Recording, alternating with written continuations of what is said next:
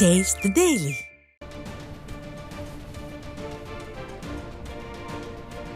அண்மை செய்தி.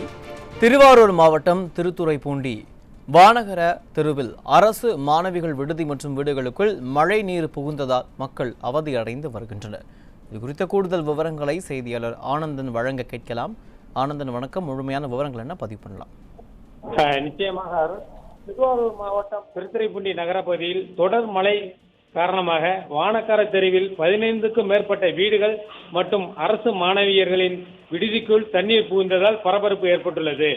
இந்திய வானிலை அறிக்கை நவம்பர் மற்றும் டிசம்பர் மாதங்களில் கனமழை இருக்கும் என்ற அறிவிப்பை வெளியிட்டும் அதை அலட்சியப்படுத்த நகராட்சி நிர்வாகம் மற்றும் விடியா திமுக அரசும் இந்த மழைநீர் வடிகாலை சுத்தம் செய்யாத காரணத்தினால் வருடந்தோறும் இதே நிலைமை ஏற்பட்டு வருகிறது.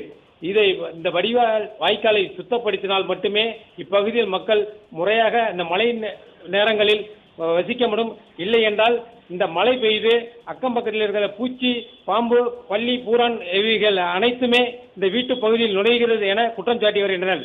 இந்த மழைநீர் பாதிப்பு காரணமாக அரசு விடுதியில் உள்ள மாணவிகளை வேற்று இடங்களுக்கு மாற்றியும் அது இல்லாமல் அவர்களுடைய பெற்றோர்களை வர சொல்லி திரும்ப அவர்களுடைய வீட்டிற்கே அனுப்பி வைத்து இருக்கின்றனர். இது ஒரு கேவலமான ஒரு நிலையாகவே இந்த திருத்துறைப்பூண்டி பகுதியில் பார்க்கப்படுகிறது.